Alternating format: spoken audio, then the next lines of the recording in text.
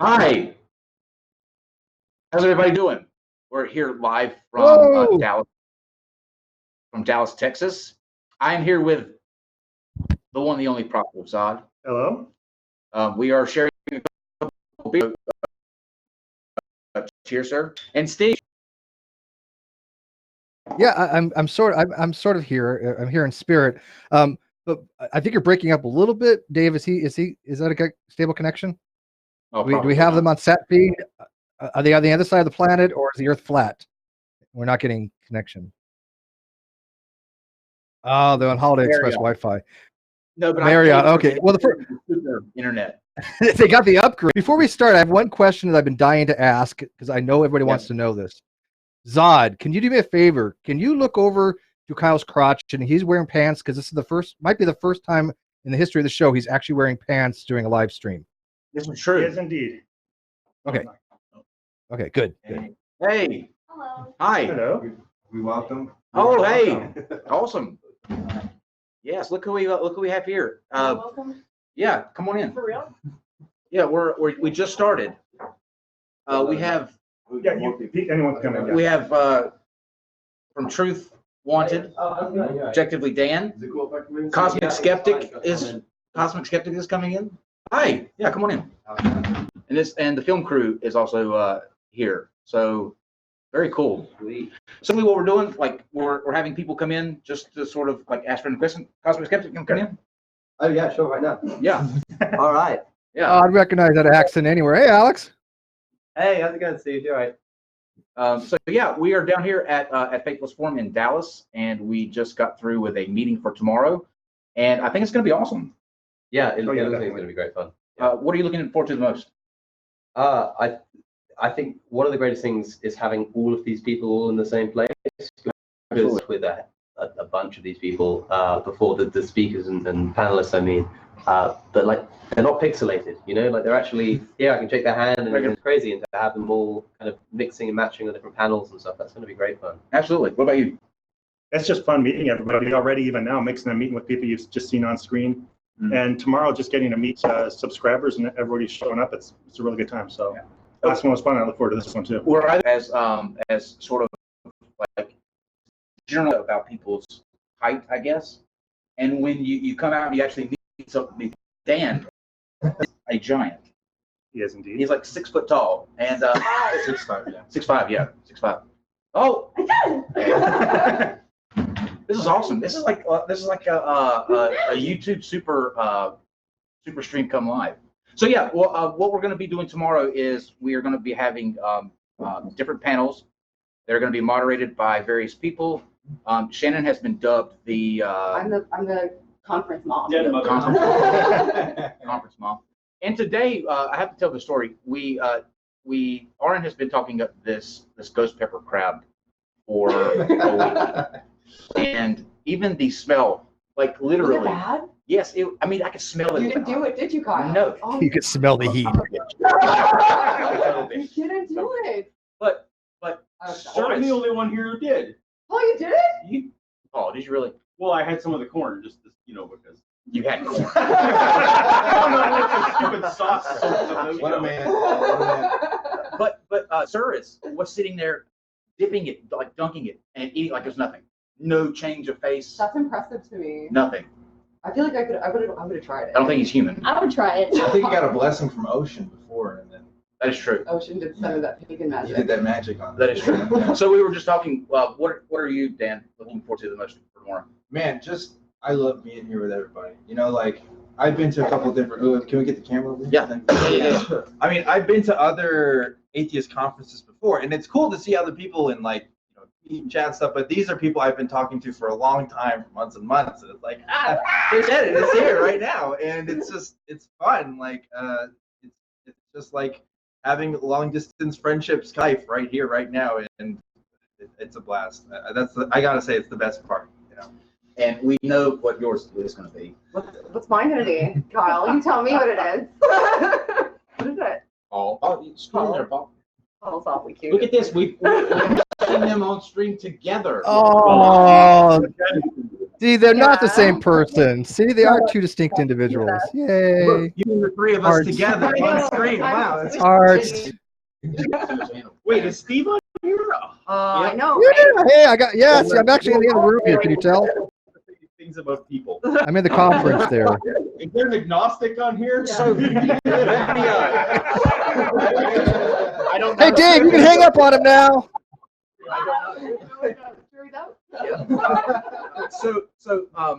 Cosmic, you came across from overseas. How was the trip? Right. It was awful. My ear is still blocked, but probably worth it. And I also have exams now and essays due to get back. That's cool. So what was it that was important enough for you to make the trip with all that going on? Like, what is it about this conference? Well, you know, I couldn't make it last year, and that was because I was getting exams to get me into uni. Now I've got exams at uni. It's a slightly different experience. I can kind of speak to my tutors and get them to rearrange things, which they did. I just thought it was unmissable, you know. Absolutely. Just because it's the conference itself, which is great. Like, it's really nice to see so many people coming together and talking about a whole wide range of issues as well. But for me personally, it's just a great opportunity to come here and meet all you guys and hang out and get to know you a bit more personally. Because when you do a collaboration or something, oftentimes you'll like share a video you've spoken on Twitter and you DM'd, and you feel like you know people, but not that well. After you've hung out a few times, it's so much easier to collaborate, to like cross-reference each other, to kind of start doing events together and things like Steve, Rationality Rules, because he's in London and I know him personally, and we sort of meet up in person quite a bit. He's like my go-to guy. We talk all the time about videos and ideas, and we bump them off each other and things like that. And it's just because we're able to do it kind of in person. We can like actually hang out. I just wanted to get that experience with all the kind of, because it's very American based, this group of people. You and Rationality Rules too in that garden. That's a cool place out there. Yeah. Well, that was mainly out of necessity, you know, because I didn't have the space to record anything new. But I've got a new space now, like a podcast studio. I got an episode with him coming out soon, actually. Very cool. So lots more long-form conversations in the work. I just recorded an episode with Matt today. Spoke to him for like 2 hours about animal ethics. That's what I was going to ask you about. Because recently you became a vegan, correct? That's right. Yeah. How is that going? It's going wonderfully. I can look at myself in the mirror again. Okay, so when you decided to do that, what was it about the argument of, because I feel the same way sort of, where it's kind of hypocritical of me because I too I see the treatment of animals, yet I can't break away from eating. How did you make that sort of transition, and was it hard? It's actually far easier than I thought it would be. I'll tell you what it was. Like the ethical argument for me is impenetrable, but I think you do need something of an emotional motivation to actually get yourself to practically do it. And the thing for me, I wish I'd have known that my last Mighty Bucket from KFC was going to be my last Mighty Bucket. I would have enjoyed it so much. That's deep. I didn't make a decision like this is going to be my last meal and I'm going to go vegan. What happened was I was on my way into town, and I was going to go to Costa, get a bacon bap, like a sausage bap and a latte and write a speech. And on my way in, I'm on the bus, and it sounds strange, but this cat tried to cross the road, right? And the bus kind of zips past it, and the cat's terrified of the bus, right? So because I'm on the bus, when the cat looks at the bus, it looks at me. And I just see this cat looking right at me, backing away in fear. I can just see in its eyes, just terrified of this bus, right? Wow. Right in front of his face. And I just looked at this animal backing away in fear, and I thought, what the hell am I doing? Wow. And that morning, instead of going and getting that sausage bap from Costa, I just went and had a vegan breakfast instead. And then I was like, well, I may eat lunch too and see if I can keep this up. And I haven't touched any animal products since. Wow. And the thing is, that kind of emotional came out of nowhere for me. The reason that was able to work was because as soon as I was kind of on that track, I'd already been convinced by the ethical argument for God knows how long. Sure. And so it was so easy to then stay on that track. And it's also much easier to actually argue in favor of veganism now that I'm not doing it over like a sausage and bacon full English breakfast, which I've done before. You know, I speak to friends and a lot of the time they end up agreeing with me and they say, yeah, man, we've got to change this. And then we finish our meals of meat and eggs, and I just eventually had to kind of come to terms with my views and act in a. So if, last question on that, if, are there the root, I guess the myths or whatever that is associated with being like you're weak or you don't have the energy that you see, are you affected by any of that? Or I mean, no, I mean, look, so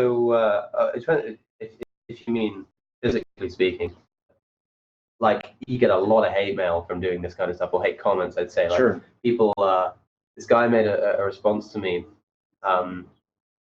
These kind of people from this this kind of meat-eating community that's cropped up out of nowhere, and I mean that these odd, they tend to be really, really odd videos they make. This guy talking nonsense, really, and the commenters are all saying things like, "He already looks like a vegan." He's like, if anybody's gonna, and the craziest thing, right, with like nutrition, and people are like, "You're gonna get weak. You're not gonna be able to sustain yourself." And I thought, look, I have never in my entire life had somebody say, "Hey man, are you getting enough iron?" But as soon as you stop eating animal products, everybody cares about your nutrition. Like, are you getting enough protein? Are you getting enough B12? Like, Yeah. as if I was worrying about that anyway. Sure. You know, not a chance. And it's way easier than you think. People worry about protein. You don't actually need that much protein. What you want to worry about is like the micronutrients that you need less of, but all the different ones. And it's so easy now. You can get your protein from practically like anywhere. You can get B12 is put into all kinds of vegan cheeses, and it's put into like soy milk, almond milk, that kind of thing. It's like if you have a latte, and you know, I used to go to Costa, which is like Starbucks in the UK, I guess, and I saw one day that they were doing these new vanilla almond lattes, which were kind of nice. So I started drinking that. I was drinking it for ages, and it took me ages to realize that what they meant by that was a vanilla latte with almond milk.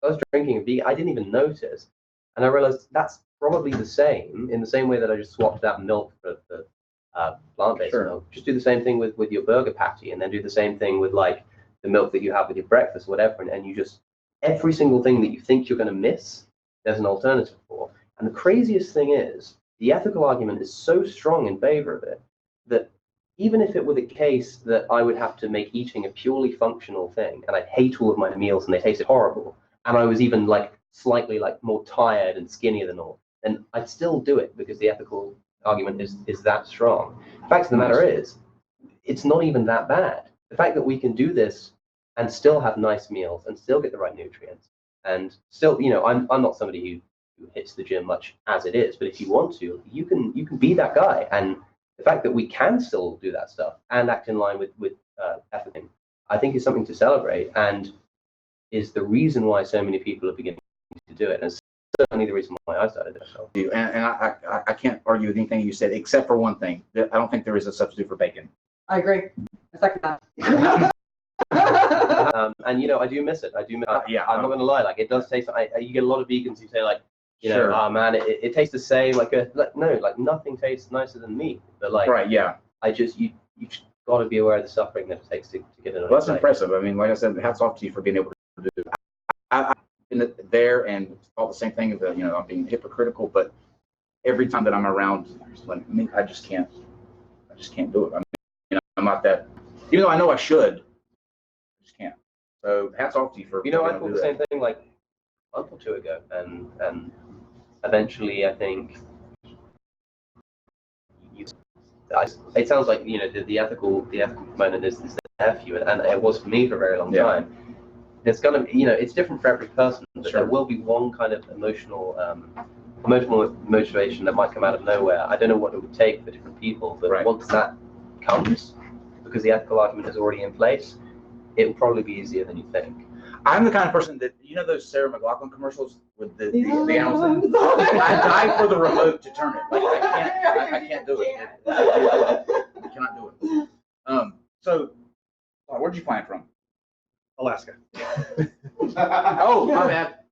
Where did I fly in from? Yeah, some people may not want to say that on stream. I guess I should ask that first before I talk. You can't. Everyone knows. You can just walk up to Alaska and say, "Where does Zod live?"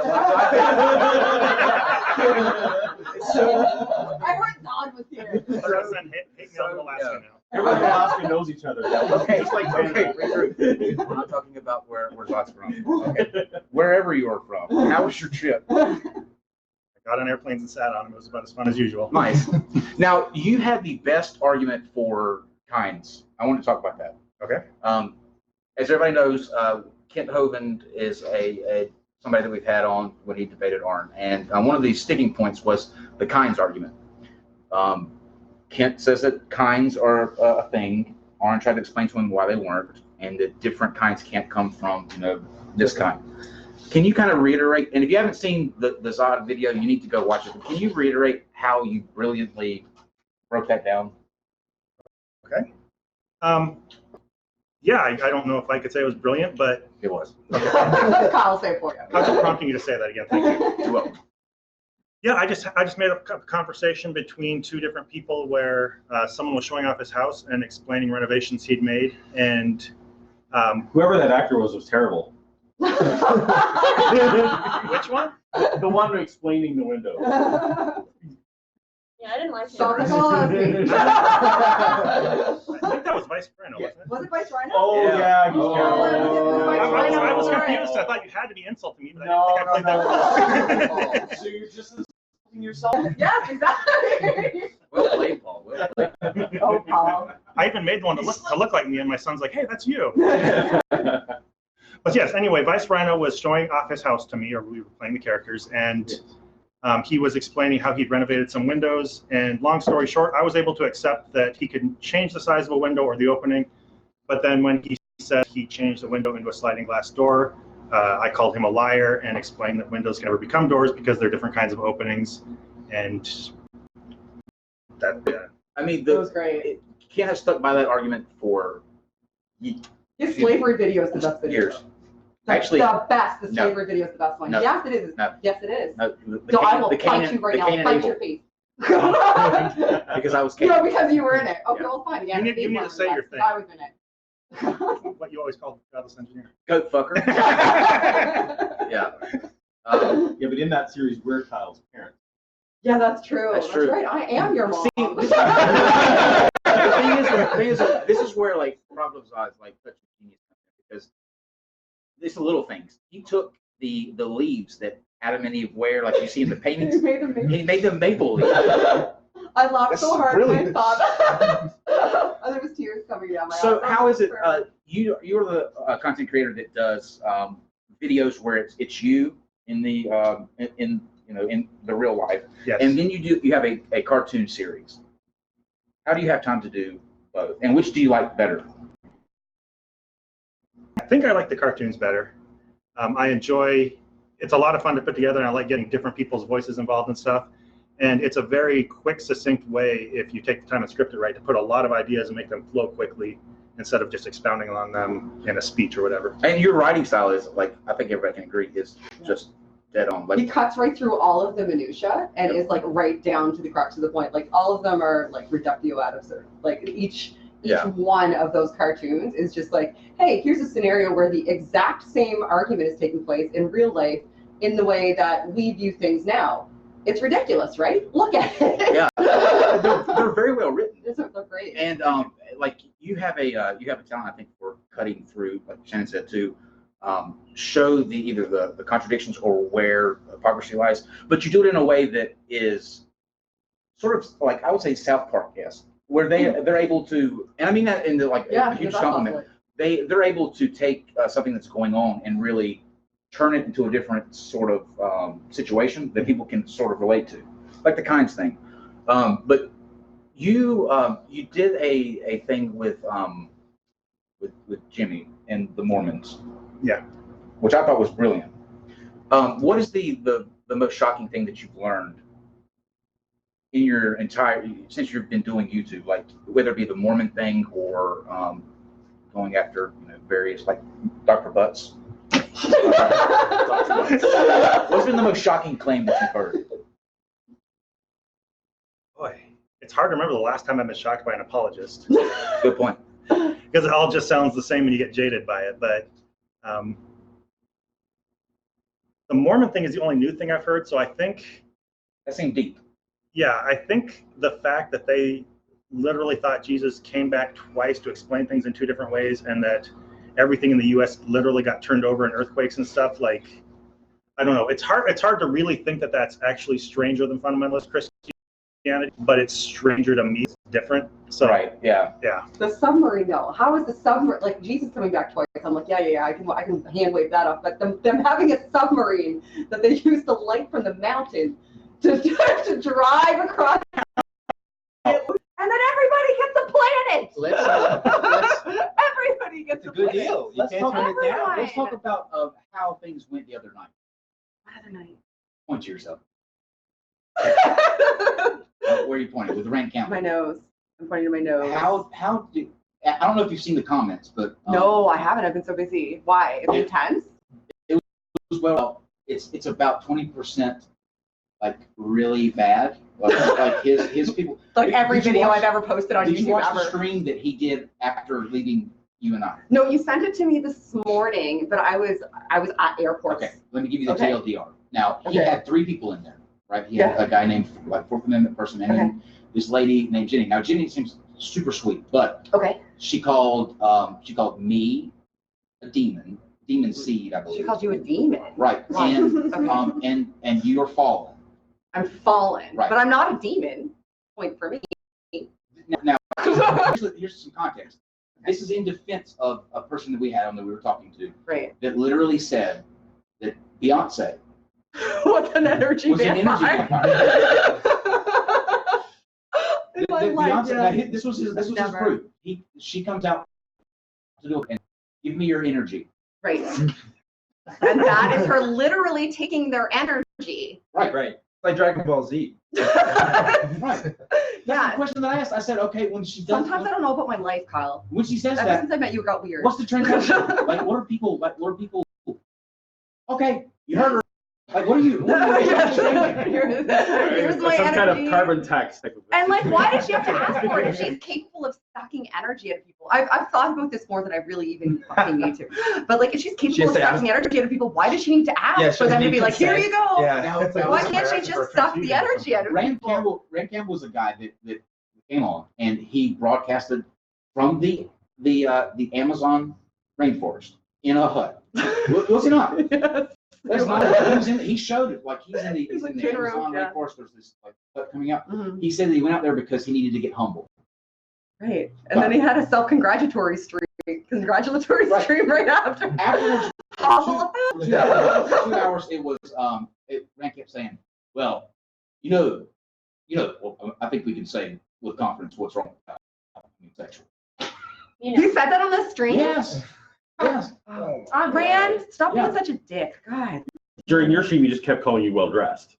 I know. Which was- And at That one was- point in time, he is said you wouldn't know what it euphemism. was like to be a girl. Like, you know about that, Colin. I was like, apologize to That him. was, no, that was the funny thing because he kept saying, Kyle, you look. I mean, look. Obviously, your dad raised you well. And I was like, what do you mean? Well, look, you dress real nice. I'm like, Yeah, because that's a good no, sign. Rand. That's because I'm gay. I spent a lot of time in the closet. All right. A lot of time to try on. Yeah, gotta pick out some outfits while you're in there, right? Yeah, but he said that this is why the Bible says that that's an abomination. It's because you have people like Kyle who believes the way that he did, and he didn't like the fact that I pushed back on the island thing. He thought he had me dead to right.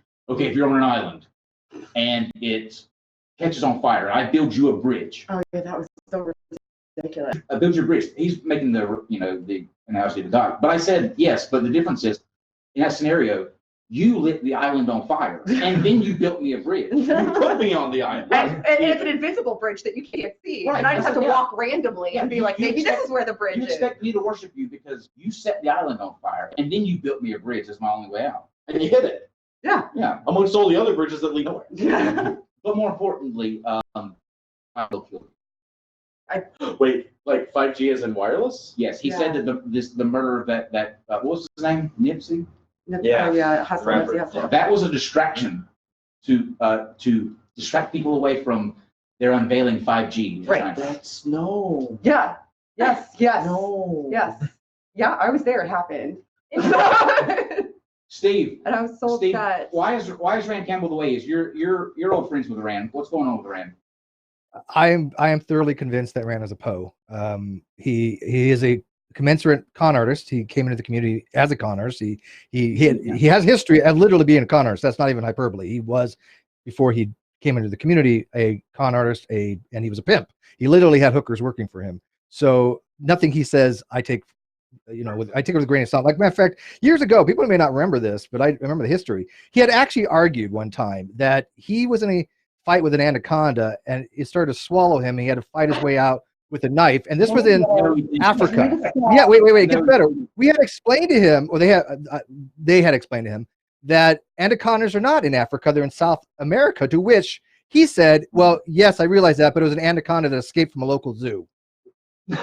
This is what I do not believe a damn thing that he says. Okay, I am not making this history up. You can go validate this with other people that have been in the community for a long while. He is a commensurate liar. Come on the list. Did he not? He would agree to come on the Well, list. that's because I'm nice to people. And how many times did he say, "Oh, I just think you're a lovely person"? I am a lovely person, Kyle. I know, but I don't say it like. I mean, you have a guy in the Amazon rainforest up in a hut saying, "You're just a lovely person." My dreams have come true. He's an energy vampire. The thing is, like, I can see him being a pimp. I can totally see him like saying something like, Could be. What shut me down from him though is when he said, "I trained Russian kids." I know, and G-Man. I was like, yes. Stop doing what you're doing. Stop it right now. Somebody pointed out that, did you hear what he said though about G-Man, the racial comment? No, because my brain was spinning 100 I miles a didn't minute. get it either till later, but he said sometimes somebody needs to smack G-Man in the afternoon. Oh my God in heaven. Yes. No. Now this is his friend that he says, his friend. He said that about his That's his Christian friends. Yeah. Well, G-Man doesn't need any enemies. You better keep making them. So the next question though, Shannon, is how do we top that? Why do you fucking want to? That's the important question. Kyle, God damn it. You're only as good as your last Crazy controversy. Kyle, I don't know if Kyle, that was like You tamed an incel. Yeah, that took some time. Literally, you know about the incel community. No, You know about incels? I saw that Of course. episode, and there was a point where that was shut down.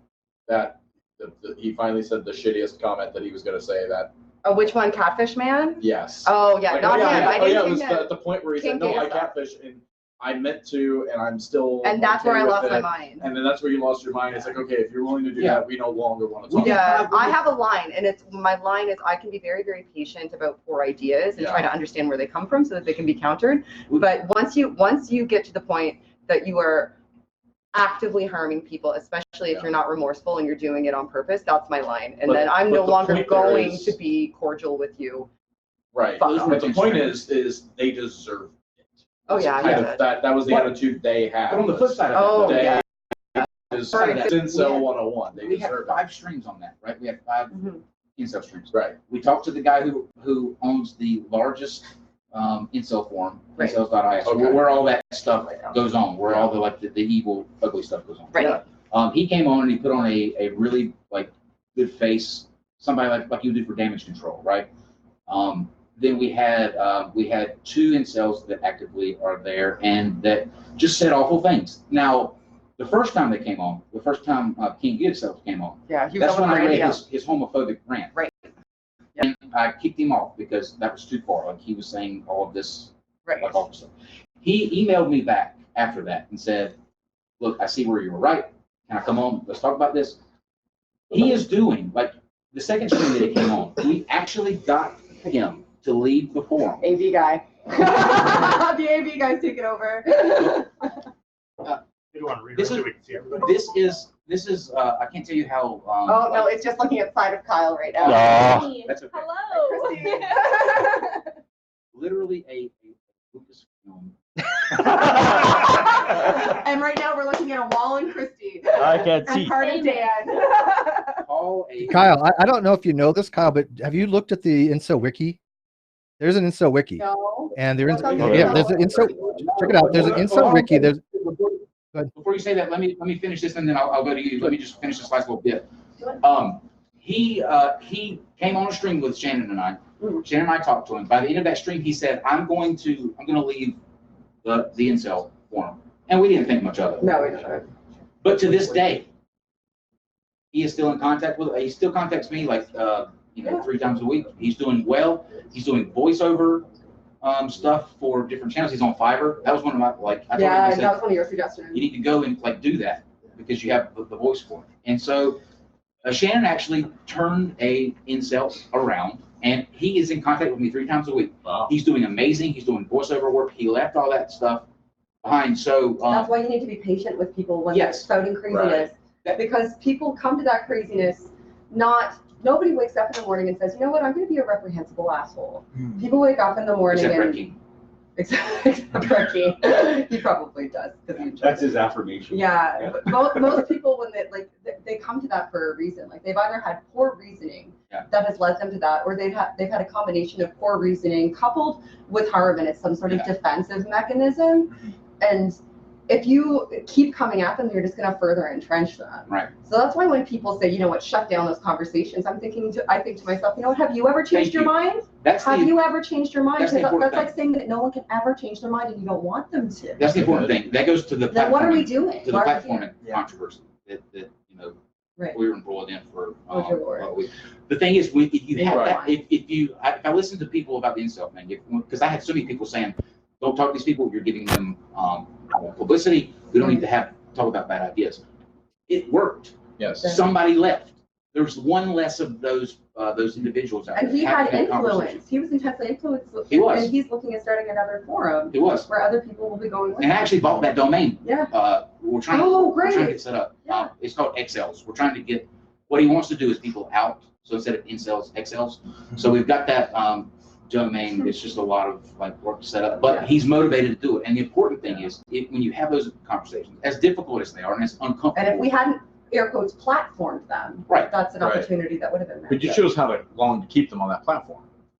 Because there were Yeah. people you were just like, oh no, now you are not. You're done. Like, Yeah. you will not have our platform anymore. Sure, there's a line. Like You have crossed the line. Yeah.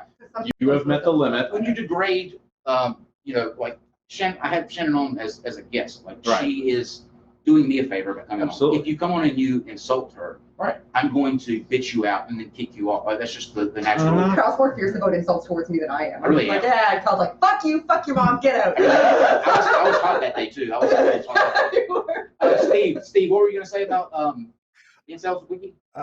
Yeah, there's an incel wiki, and there's actually an entry in King Gigacell.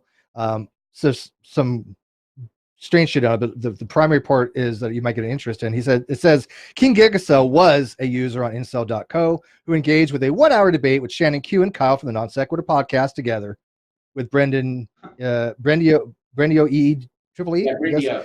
And it said, okay, then it says later, King Gigacell disavowed incels to be a member of the Discord group of the NonSequitur podcast or some dumb shit like that. I love that. I love that. That's a great incel wiki right there. That's epic. You know what? I'm okay with that though. I'm okay with that. Yeah, I'm okay with that too. I love that actually. Cosmos, go back. You're doing a lot. I've noticed a lot more talks places. Like you recently did one at your, I believe it was at your school. You're speaking to a class. I think it's the last one you did. The most recent one I did was actually a talk I gave in South of England. It was in like a room rather than a venue, so it kind of you can see what it looked like that. Yeah. No, I haven't spoken at my university except once at the Union. Oh wow. Yeah, That's the big room, right? yeah, they take full speeches. So there was a debate about the Catholic Church. The motion was this House believes the Catholic Church can never pay for its sins. And it was a very emotionally charged debate. It was incredible. Some of the speakers there, and I decided to go say a few words. But yeah, I've been trying to do a bit more public speaking and events and things, especially now that over the summer I had a bit more time and I'm trying to plan around exams and things. Because essentially, if people give me a venue, a location, and pay for my transport, like I'll almost certainly do it. Sure. So I'm just accepting whatever comes my way. So. What? And this may be a question that you don't want to answer. If you don't, that's fine. What's your future plans, like with your channel and what you're going to school to be? Like, do you plan on maintaining the kind of course that your channel is, or expanding, or is that going to conflict with what you want to do? Well, it's tricky to say. It depends how well this degree goes. In about 2 years' time, just over, I should have, with some luck, a degree in philosophy and theology. If that goes well, I'd like to go and do a master's, a PhD, perhaps like in the far future. That would be great. That would probably interfere with my channel, but probably not much more than it's already interfering now. And it's somewhat sustainable. Like it can be made to work. Like I'm here, you know. Sure. I think in that situation, I'd have to prioritize education, because I get this feeling that many people start on YouTube and they think the Kalam cosmological argument is a bad argument, and they say, haha, look, I've made this video about it, and, but what caused God? And they get like a bunch of subscribers, and so then they quit their job and they start doing that full time. They just run out of things to say. Sure. And someone brings up arguments that they don't know how to counter, or they get invited to speak at events because of the stature they've got online, but the people who are there against them aren't there because they've got a lot of followers, but because they've got doctorates, and they're just totally out of their depth. And I don't want that to happen. I don't want to be in a position where I have to say, right, I'm done, and I have to give up here. I've done as much as I can. So I'd rather sacrifice some of that and focus on actually having a grounding for what I'm saying, and then doing it. But it's difficult to say. It really is. But I'd like to do more public speaking, more long form conversations, more of these kinds of forums. And hopefully the channel can survive. Perhaps I'm sure it will. You just hit what, 250K. That's amazing. Congratulations. Well, thanks. So, it's a pretty crazy milestone. I watched you before I even started doing YouTube. Like, Oh, wow. I loved your Kinham videos. That's how I found him too. Exactly. The Kinham comments, Twitter comments. What was it that got you started? Like, when did you wake up and say, I'm going to do a video? And what was that video, that first video that you ever? So I've made videos on. So I used to make videos about skateboarding, which are still online. Really? Yeah, if you want to find them. Someone find those. Fairly easy to find actually as well. They were just sarcastic videos, taking the piss. Wait, you don't have that phrase here, do you? Taking the piss. That means that like soon after a couple of these, I'll have to go take the piss. No, it's like joking around. Yeah, like taking the Mickey. Yeah. Taking the What? Like taking I'm the piss here Canadian, we're means. Commonwealth. See, I'm watching enough of the Ricky Gervais show. I'm onto this. So Yeah. You're messing with someone if you're taking a picture. Yeah. Regardless, I was making videos on all sorts of stuff, and then I made a video responding to a cartoon from the Watchtower, the Jehovah's Witness organization. Oh man. And that one did fairly well. Over a course of a few months, it got up to 10,000 views, and I hit 1,000 subscribers on the same day. Oh, no, it wasn't 1,000, sorry. It was about 400 subscribers and 10,000 views on this video after a few months. And it was crazy. I met up with some friends, and we had a drink to celebrate. But then I uploaded another video that day, which was a response to a guy called Greg Locke. And that We found it already. He has such a- happening right now. he has such a Nice he has glasses. an intro.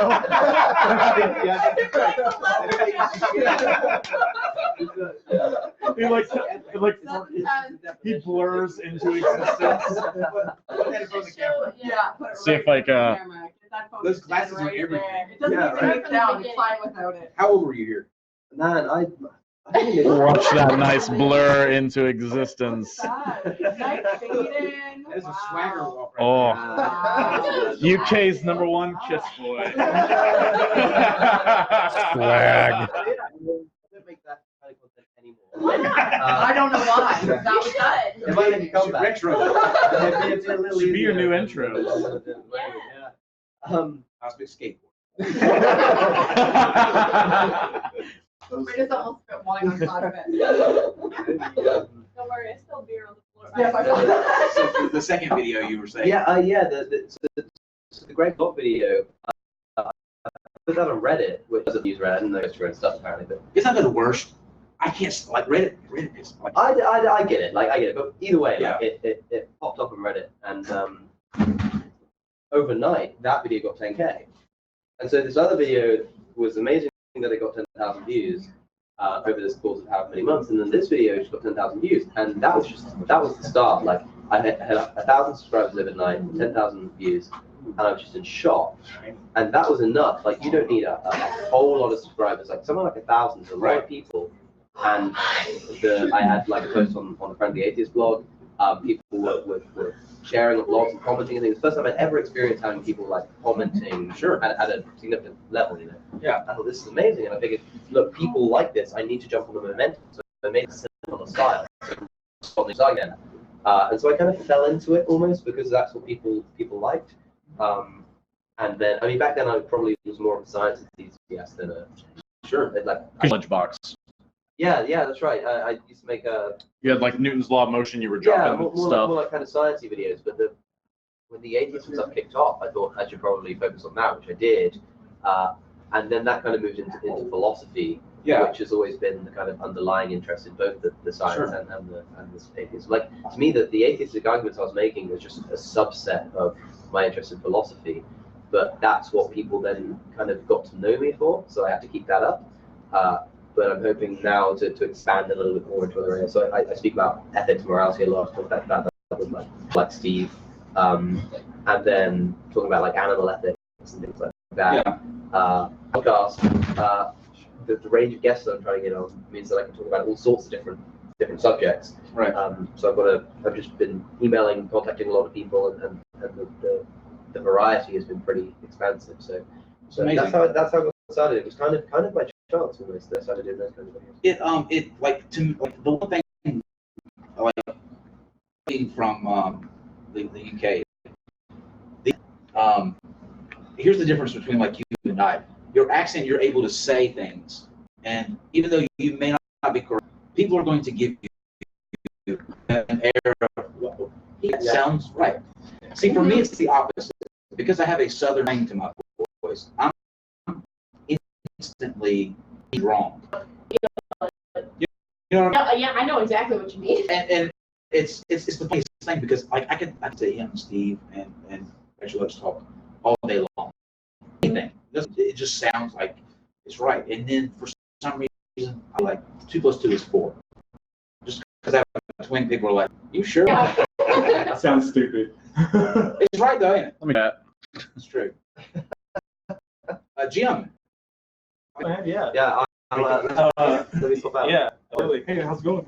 It's going to blur all of existence now. What's up, man? Jim. How's it going? Hey, drinking. You look drunk. Drunk. Drunk, Steve. Yeah. Thank you very much. Keep a little distance between you two. You know. There's enough room for Jesus. We might get demonetized if you guys even get closer. How big is it? By the way, it is a little choppy. So maybe if you can move it just a little bit, it's starting to have that Marriott Wi-Fi connection thing going on. Sorry. Will you do me a favor? Yeah. Will you see Steve, man, don't you wish you were here? Rachel, let's come up. Yeah. I would love to be there having a beer with you guys. Shit, yeah. Or a few beers in my case. Who has this one? Yeah. We're at intermission. We're going to the rationality rules, and Rachel Oates will.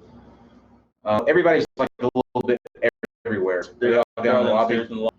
Maybe Dill Hunt. You have to go corralling. He's doing card games. Yeah, I was gonna say he's playing. The only thing, if I don't, I will, because people, Steve, he'll be expecting that you're gonna go after him with the argument. I shouldn't tell him. Maybe I should just be like, "Come on, sit down," and Steve, you can say what you want to say. I didn't know Steve was. Do you guys know what they're talking about? It's breaking up for me. I can't really understand what they're saying. Well, I can understand myself perfectly. Jim's drunk. You need to refresh. Oh, Jim, that I understood. Yeah, drunk Jim, I understand. I speak drunk, so I have no issue with that. It's just the connection's bad. Yeah. So what's new with you, Steve? We wait on. Nothing. I was actually interested in that vegan ethical argument that Alex was talking about earlier. Because my sister, I don't know if you know this, but I think Kyle does. But my sister is an ethical vegan. Even though I have not talked to her in several years. I think the ethical argument is almost unassailable. I think it's a really good argument, actually. It is. But people are people convinced by it? That's up to the individual, right? I'm not convinced by it because I eat meat, but it is a very, very good argument. At least we'll give that where credit is credit is due. Yes, right. You know, it is and, almost like it's unassailable. a weird thing because it's right because no one wants to see animals suffer. You know, the way like the gestation pens or pigs where they can't the treatment going on, and knowing that, sort of foregoing that still eating meat, like they have a solid case, I think. Now, yeah, I'm a complete hypocrite. I can say that in that regard. Like I know it's because I can't resist bacon. I'm weak. yeah. See, I don't consider myself a hypocrite by eating meat because I don't think it's. To me, it's not an ethical consideration of that regard. I mean, I that's why I started raising my own animals, like my own chickens and stuff like that. Because I realized that I for one cannot give up meat. It's just something. I mean, you can call me a hypocrite or whatever, but I just can't. I fucking love meat. So I mean, the next best thing is to do ethical farming. Wait, yeah, I mean, you agree though. You agree that we shouldn't have needless suffering for animals, right? So I mean, if we're Look how simple this is. This is like a type. So Kyle, can you hang on, Kyle? Can you Kyle, exit and come back in? Because really it's need a degraded to the refresh. point where, yeah, refresh. No, it's better when I break up because it's artsy. It gives it character. It's It's artsy. It's artsy but unintelligible. Yeah, you wouldn't know anything about that, Steve.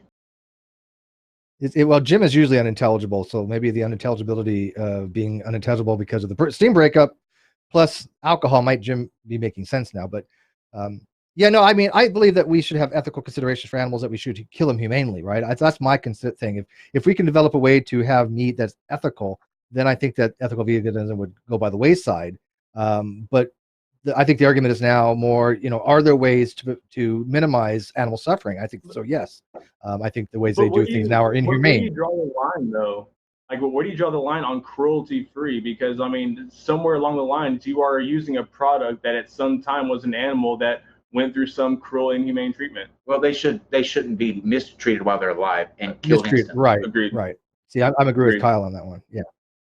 Right. I mean, and even in some places, it is more ethical to hunt them and eat the meat than it is to let them overpopulate and die of starvation. I believe that I tell as well. you, it's a lot more ethical than kosher or halal killings. Yeah. It's definitely a problem. Like, I don't care what anybody says. Like, We are natural predators. yeah, and like, you know, I don't want to get too like too PETA or whatever, but like, they didn't ask to be here. You know, they don't know what's going on. Right, they didn't ask for us. There's no reason that they should suffer. Right, they didn't ask us to selectively breed them so that they could be fat and juicy and be. Yeah, right, it's a problem. right. It's a problem. And that's the thing. Like through the selective breeding, like you're also creating like ailments to their bodies and like joint problems and things like that. To where not only are they living a shitty life, you know, but they're living a shitty quality of life. They're hurting because they're made to grow too fast, too soon. Here's another. Let's switch gears real quick to another controversy that the more I think about, the more I'm convinced is the case. Now, I have a new conspiracy, Steve.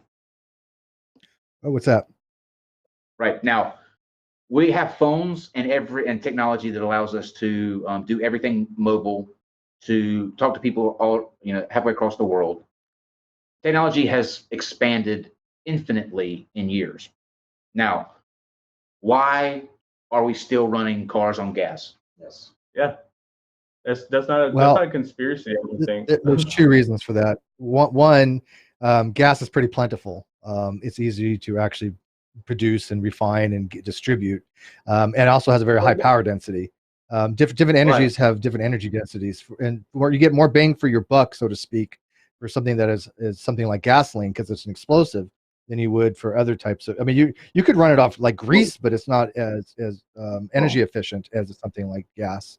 That's the reason why. We have a robot. We have a robot that I have seen that is capable of, when tomatoes are falling at lightning speed, Oh yeah, smacking out green ones red ones, Yes. green ones, smacking it out like quick as shit. You can't tell me that we can't build an engine that can run on anything other than gas. It's because of the lobby. It's not It's just because that. of the gas lobby. I tell you this, hang on, Jim. I am convinced that we have carburetors that could get efficiencies up to about 200 miles per gallon. I believe this. I'm really actually convinced we have the technology right now to make cars that are that energy efficient off gas. The That's reason we still don't going in the wrong direction because we're talking it's about not a profitable non-renewable for them to do resource. so. But That's the only we're reason. It's talking not about a profitable for them to do non-renewable so. resource. Like the whole reason that they won't do it is because that these big lobby. oil companies have too much power, and if we move to a completely different source of energy, then that allows new opportunities for other people to monopolize the market, and they lose power immediately. It's just like the NRA. It's a lobby that's way too powerful. And the issue here now is we're to the point where it's almost past the tipping point to save the planet as a whole. 10 years. Like We have 10 years to do it. right. It's a tipping point. Yep. And Or no- yeah. And The methane gas comes out from the methane gas comes out. Right. yeah. That's And it's something not taken that's a seriously. chain Like reaction. yeah, something not taken seriously at all.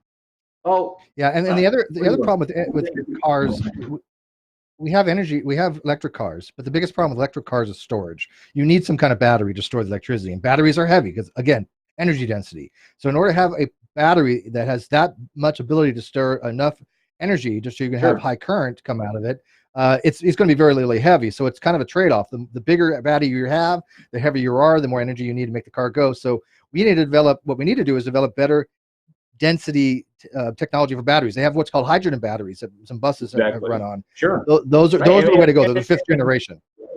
And we do see some developments in batteries like lithium-ion batteries and everything like that. But the problem is that there's not enough development going into these renewable resources. Like I said, there's a robot that will smack green tomatoes from red tomatoes at lightning speed. There's no reason why we can't have it. I've seen the change over the years. You got to remember, I was with Radio Shack for 6 years, so I've seen the changes. I remember when we started with what's called magnesium dioxide dry cells, right? Sure. You used to get them with the red battery and the green cells. You could get one a month for free. They lasted about 3 minutes, right? Because there's no power density to them. Then they had nickel metal hydride. Then they had lithium ion.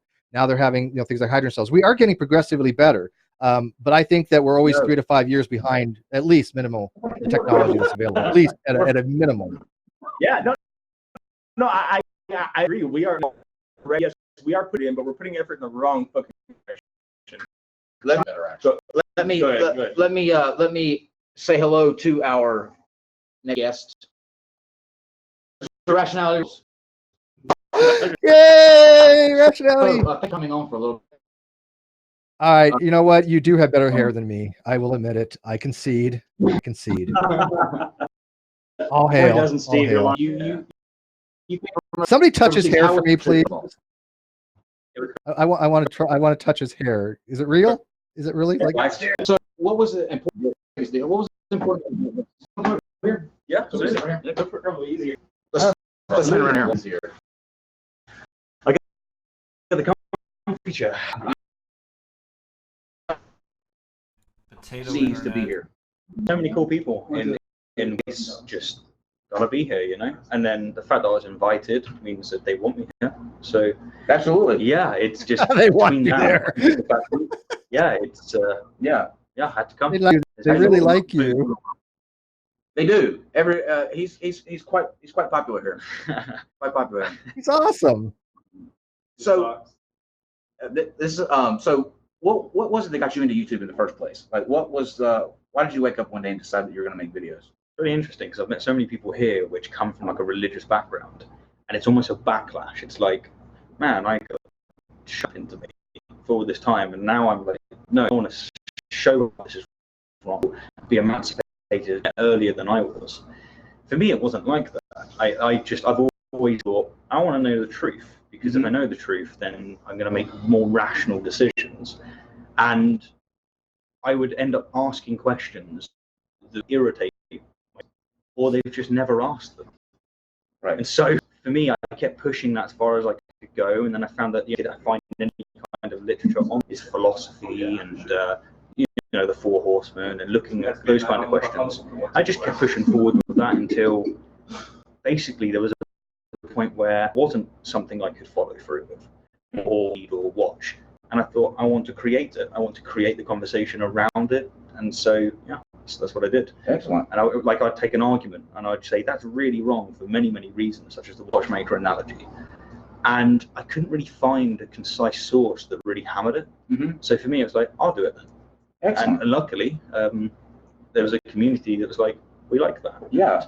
Yeah. One of the most one of the dynamics that I like seeing is like you did a video, I believe it was a year ago, where you kind of set it towards Matt Dillahunty. Mm. And he's here. Yeah. And you two like are you seem really close. You seem like you respect one another. Absolutely. And that's the important thing I think to take away from things. Like people can have disagreements and still come away with it with sort of that sort of. So what was that like? It's just so important to have that. We live in such a divisive time. Sure. It's like, what's this? You don't agree with my opinion? Oh, you're a Nazi. This helps no one, kind of thing. And so it's so nice to have this situation where with Matt, I was able to make a video. And I love Matt's work. And I think he's a wonderful person. But publicly, my only interaction was me saying, dude, you're wrong. Right. And it doesn't look great, but that's good. Sure. So we've had plenty of discussions since, and it's been wonderful. And we had an amicable conversation, and he taught me things, and I taught him things. It's just happened with Alex O'Connor as well. Tomorrow we're speaking about morality. Right. He now believes morality is objective. So we've had that conversation. We went back and forth. He's changed my views, and I've changed his views. And so this is a big thing. And the point being is that even if we didn't agree, like I think Matt still goes with compatibilism. Even if we don't, can still have a conversation, can still go places. There's no need for it to end in some kind of spiteful conflict. Right. That's the important. Like today, for some reason, I think that people have forgotten how to have like a conversation. And I kept seeing your interactions with Matt, and I'm like, wow, they were able to have sort of a back and forth, which was very productive for both of you. Yeah.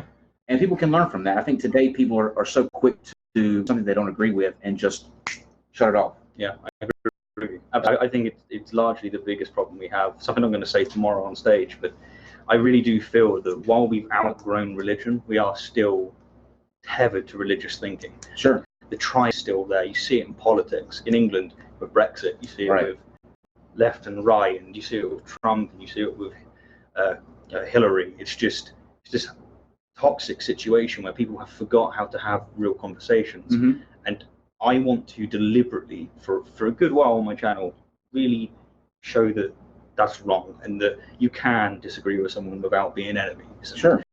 Wonderful that I can say I've had that experience with Matt Dillahunty, with Alex O'Connor, and hopefully I can have it with many more people, because that's the only conditions where it's just you can't have a conversation that shuts it down. It doesn't matter what they shut it down for. It's just because I could be wrong on something. I mean, I am. I'm a mammalian ape. I'm going to be wrong on stuff. I have been many a times before. What convinces me is when someone comes up to me and actually wants a conversation and doesn't almost straw man my positions because they're angry with me. It's like you're changed my mind, and it does happen. If someone comes up and they're very, you are far right, or might be. Right. I'm a human. My natural reaction is going to be like, I'm not listening. And Absolutely. it will then have to come from someone else, or it will have to come from another time. I agree. So yeah. What's been how has your content changed over since you started and to where you are now? Like, what has been sort of art for you? Good question. So when I started, I wanted to take all the major arguments and just break them down and show where policies are committed and where they're wrong. And I still do this. Mm-hmm. It moved into an area where I wanted to comment on religious apologetics and where that's going and what we as the non-religious can do and where to spot certain tricks. Mm-hmm. This is strong rhetoric, but it's not true, or hang on, look, they're moving this goalpost, and so we need to recognize this. You can't employ the same old arguments if they're not actually the same old rebuff have actually changed their arguments slightly. Sure. So it's moved into that area, which is where I had commentary on Jordan Peterson and stuff like that, which at the beginning was really controversial. I didn't think it would be. I just heard Jordan speaking. I didn't hear what he had to say in politics, where, you know, there's things I agree with him on. He's not an idiot by any means. Right. But I only heard what he had to say on religion. And when I heard it on that, I was just like, this is just wrong. So I make the video, and it turns out it's controversial. Yeah, I can imagine the fanboys come after you. So yeah, my ultimate plan is just to improve people's skeptical capacity, like improve conversation. So you do thing on what's publicly current, what's actually happening. Right. And it just gets more traffic, it gets more interest than in here actually using. Right. It's from the 16th century. Sure. No one's interested in that. They want to see it in its current state. But that's where I've moved more into that area. So, there's a sort of an interesting thing with you and your videos. You're one of the only people within this sort of community that goes after Islam quite heavily. Mm-hmm. Do you get any kind of backlash from that community? I get backlash from Islamic community, from Muslims. I do get that. I also get it massively from atheists, on the left, very far left. They think I'm being disingenuous when I say, no, they really do believe X, or here's the polls, here's the studies. I get a lot of hit from it, but it needs to be said. In England, for example, there's cases where there's grooming gangs, and what they're doing is they've basically been raping young females in England, and it's brushed under the carpet. It's not published. It's hidden because of political correctness. Because whatever reason, I'm not entirely sure. It's odd. Sure. But the facts are there, and it really did happen. It's this is a real conspiracy. This is really odd. And then you couple that with what most Muslims purport to believe. Most Muslims are very much against the LGBT community. Right. Merely saying they are gets me hate from both the LGBT community in some extent and from the religious. And to me, I kind of let it go past me. I'm just going to keep speaking what I know to be true, and I'll listen to good arguments and change my mind should they come. That's bizarre. How do you take it when essentially you're having people, atheists, people from the LGBTQ community, who are defending a religion, so to speak, against what their actual actions are? Why do you think that is the case? Where does that stem from? I think it's a conflict of interests that they have. Most people are just trying to do the best that they can. Mm-hmm. I operate on that assumption. People believe earnestly what they're saying, and they normally have really good intentions. It's just they may be wrong on a certain fact, or they may be wrong on a certain interpretation. The problem, I think, stems from the type of politics you get more on the left, if I'm honest, which is identity politics, where, for example, the principle isn't necessarily equality. It might be the principle is women's rights. Women should have jobs, or women should have a better situation. And then they might have a situation where they then say immigrants should have better jobs, they should have a situation. And then when there's a situation where there's a conflict between those two, there's no logical way to move through that, because their principles are they won't work in that context. Right. They only work when it's separated. I think that happens. But I know that everyone means something, so I just try and go into it as best I can, really. You do well with that. So last question, and I'll let you go. So there's several people that want to talk to you. Who are you most excited to see at Faithless Forum? Gosh, there is so many. I've seen Rachel Oates. You see, I sit next to her on the speaking of on the plane. Woman, you're playing the part of a woman tomorrow, I hear, right? Yeah, perfect. Hopefully, will you join us next? Yeah, of course. Oh, so we have this question: who were you most excited to see? I thought I'd nearly got away with it. No, not so. Oh, gosh, it really is everyone, but I know that's just shit answer. So I'm going to allow that though, because you're supposed to say Kyle. This is what he's fishing for. Got to say Kyle. There you go. See? Yeah, man. But I think that I've always enjoyed your stuff. I think that you take on issues that are important and in a way that most people don't. So it's a pleasure to have you sit here and ask you. This is great. Cool. Rationality rules. Woo! One of my favorites too. You can, yeah, we can applaud. Hey, Ocean. I'm drinking a little bit of wine. Sure. Yay, another fave. Riesling? Yeah, I have no idea how to pronounce it. I just like the taste. Yeah, Riesling. You just made. I don't know if you heard Steve William. Steve? Yeah, it's funny. He's like, oh, hi, Steve. So we have Rachel Oates with us. Lovely Rachel Oates. Are you enjoying your time here? Oh yeah, very tired, a little bit tipsy. All good. Nice. I'm a little bit tipsy myself. Yeah? It takes like 2 to get. Okay. I'm a very lightweight. This is like, I'm not even halfway through my second glass of wine, but I've just had like so little sleep, so little food. It's Right. just hitting me. By the way, I love her hair color. It's amazing. Yeah, it's nice, isn't it? It's amazing. So, A little bit orange. I want to talk to you, if you don't mind, a little bit about the recent interview. I think it was important. Like, and you did a very good job of Which one? the one about the EA video. Oh yes. You did a very good job, I think, of not making it about individual. It was more about sort of the things that, which I think is important, so that you don't sort of cross over. And Like, obviously it was disappointing what he said. Sure. But what is worse is that it's not just him saying it. There's a whole community of people who think that way, and we can't just call out individuals. We need to call out the words and the Right. actions. Do you know what I mean? absolutely, and I think that's what's important, because sometimes the things people say get lost on the individual, Yeah. and not so much on what exactly they say. You've been doing YouTube for a while, and I love it when you read your mean comments. Where do you think some of this line of, I think, especially, it's shocking when it happens to the atheist side. You know, we expect it from. Where do you think that stems from? The mean comments. Mm-hmm. Or just people's ideas that are sort of with the direction that the DA say. Where do you think that stems from? I think a lot of it is about insecurity, and I know that from personal experience. I know when I was unhappy with myself, I lashed out more often than I do now.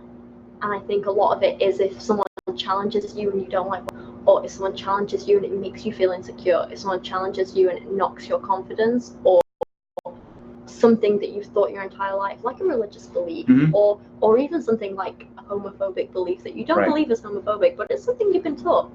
If someone challenges you and you don't like it, that's going to make you insecure, and you're going to lash out at them. Absolutely. And if you can't pick a fault if they can't pick a fault in your argument, they're going to pick a fault in you. Right. I was told the comment that is me when we first started, and the chat's going to go crazy, but I had somebody tell me that I look like a discount garden gnome. Oh. Not just a garden gnome, a discount one.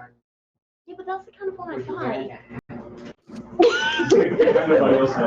So let me ask you this. You do a brilliant job also of like sort of the stiff upper lip of these mean comments. Like you are a genius in the way that you react.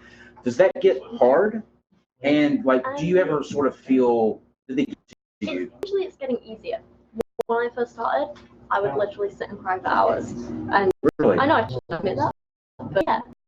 And I would literally for hours of things, especially things that hit on my insecurity. So stupid stuff like about my teeth. People thought that, like, you know, I wasn't as smart as so-and-so, I wasn't as eloquent as so-and-so. Like, that would hit me because they were the things that I was thinking. Right. And they were reinforcing the things I had in my head. Where now I've got all this community around me and all the people. When people are like, oh, well, you know, you're not as eloquent as Steve. I'm like, it's okay, I don't have to be. I've got other strengths that he doesn't have, and he has strengths that I don't have. Or when people are like, you're not as assertive as Alex. I'm like, again, it's okay, I don't have to be. Right. Like, I'm the human empathetic side, and Alex is more about some logic and assertiveness. And we're amazing in our own rights. Absolutely. And so I don't let things mean so much, because there's a place for all of us. And just kind of as I've grown in confidence, those things don't affect me anymore. If someone makes a comment about my teeth, I'm like, it doesn't matter, that doesn't impact what I'm saying. It just means being a bit of a douche. Yeah, your comments back are it's so funny to watch you do that. So, what was it that made you decide to get up one day and do YouTube? What made you make your first video? So, I initially started doing like makeup stuff just for fun. Oh, cool. And pass the time. Yeah. And then I was like looking for stuff about the UK general election in like 2017, something like that. I can't remember what it was. And I couldn't find any young women in the UK talking about it, and that's what I really wanted to watch. So I just made it myself. Excellent. And Yeah. and the sort of changeover into more of the religious Well, aspect. that's the kind of stuff I've always enjoyed, like talking about, thinking about Right. myself. So I was like, well, if people like me ranting about my opinions on this thing, Right. what if they like it about other stuff? Sure. And then Godless Cranium found me, and he has been an amazing like support and encouragement like the whole time, and he's just been incredible. He's amazing. How do you feel about what happened to him and his channel with YouTube? Oh, the demonetization, Yeah. ridiculous. That's It is crazy. ridiculous. The other thing that I wanted to. Can I just like? Oh yes. Sorry, please. I'm just gonna say, before my channel got really big, YouTube made me creator of the day. They literally promoted my channel on the featured page. Really? Yeah.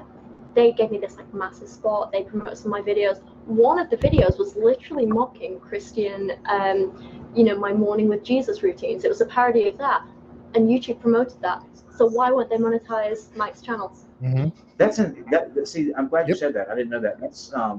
I think a lot of it has to do with the way that they worded that letter to him. It sounded like almost that he was the fact that he was videos. Other people's videos. But I do that.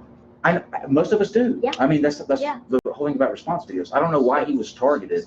I feel like as much as they want to say it's the algorithms and this and this, I think a lot of it is a personal thing. Sure. And they see someone like Mike using maybe like an avatar, maybe talking about controversial stuff, and they think we can't monetize that.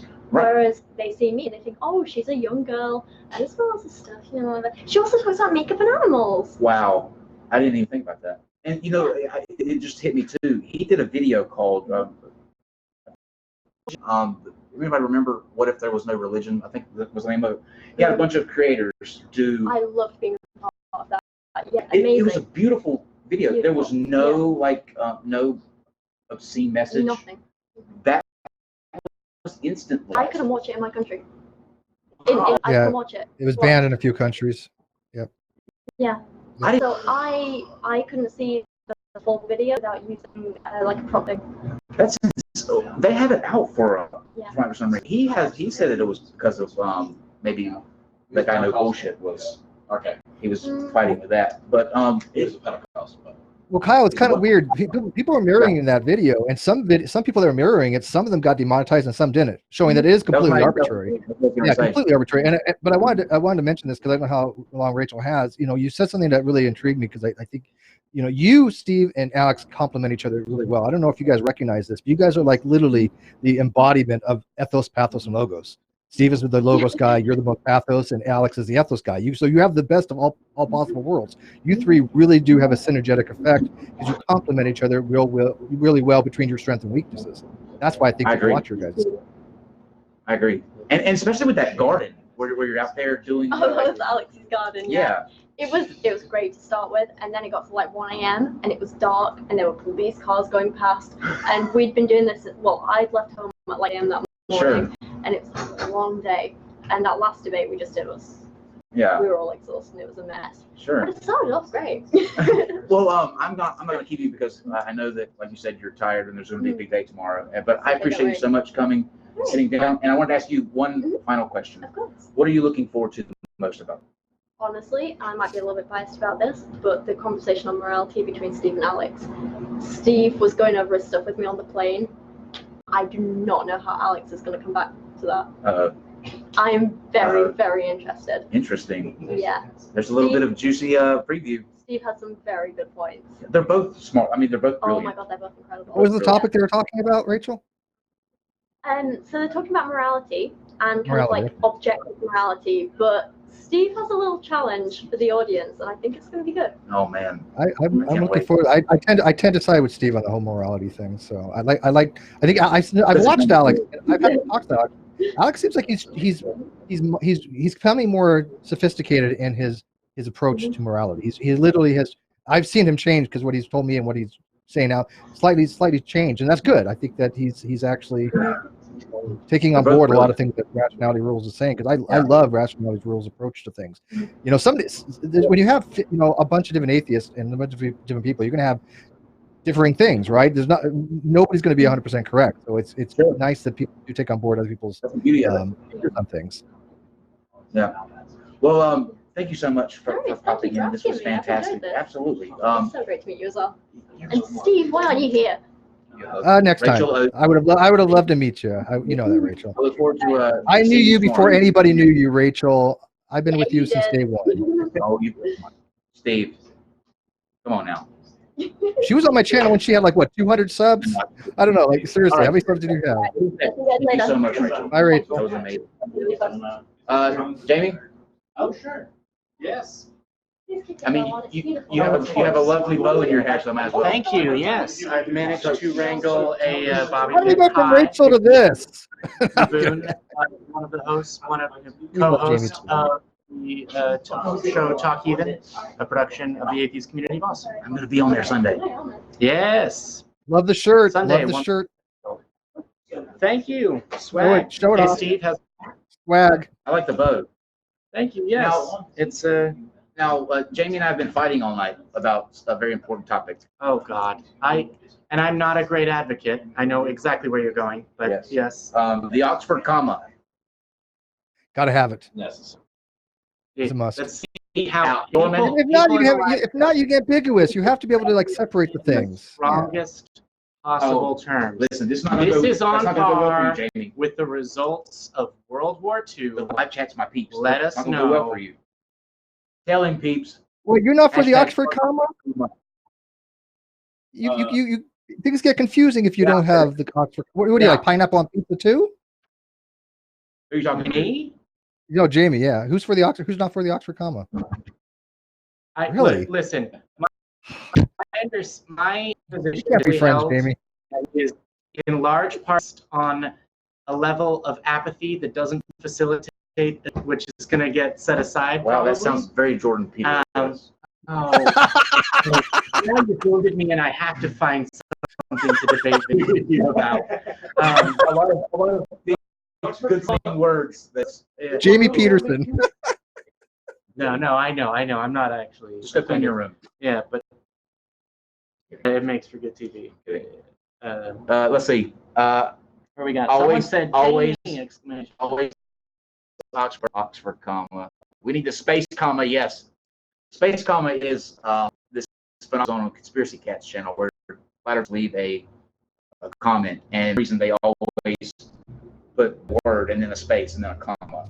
So he created the. Yeah, what that? It's comments online. There's the word space comma space next word. That's the Columbia comma. Something has gone well over my bow, so I don't understand. He's about to set up beer. But let's be real. Press 1 if you agree with the Oxford comma. Press 2. Let's clarify the question here. Let's not Brexit the out of this. Are you telling right now? No, I'm just saying we need to define specifically what dialing 1 or is it 2? Yeah. 1 is for. So 1 is being in favor of the standard style guide that in questions where there isn't a distinction necessary, the comma is the standard. 2 is that same situation where the Oxford comma being absent is the standard. Because it's not the standard circumstances where it is necessary to push this. Chat, I'm concerned. Yes. He's regretting that this is the beginning of the segment that he's brought me on with.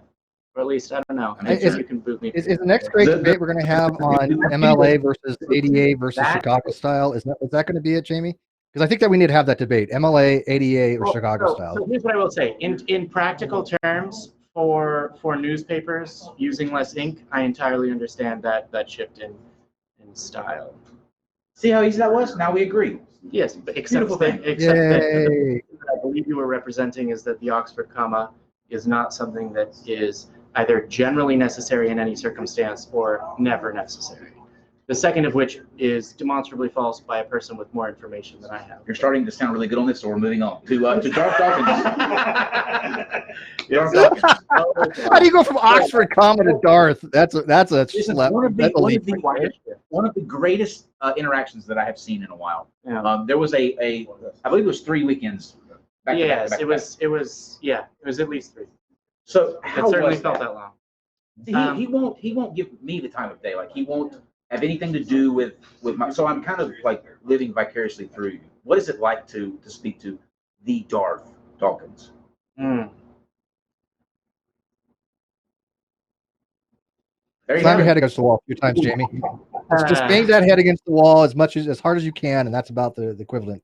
I will do. I've been working on my Zindane's and Dawn's strength headbutts, and I think I'm going to break through the cinder block someday. You handled it well. I must say, you handled How it do well. we get Kyle to have a conversation with Darth? I mean, we all know Darth. I go back 5 years with Darth. You're going to end up, hey, Kyle needs to talk. spoiler alert, He has except to. promoting things means telling people in advance. This fine young gentleman is going to end up on Talk Heathen this Sunday. Hey, Darth Dawkins. Oh, please. Going to be here. Wait, seriously. Now, I know you kind of banned Darth for good reason. If Darth calls, can he talk to Kyle? Would you allow it? Good reason. No, I get that. Darth is a piece of shit. Okay, trust me. I know Darth. Let me tell you this, Jamie. Let me tell you this. Darth has always been too scared. Darth is, and this is true. You can even ask him.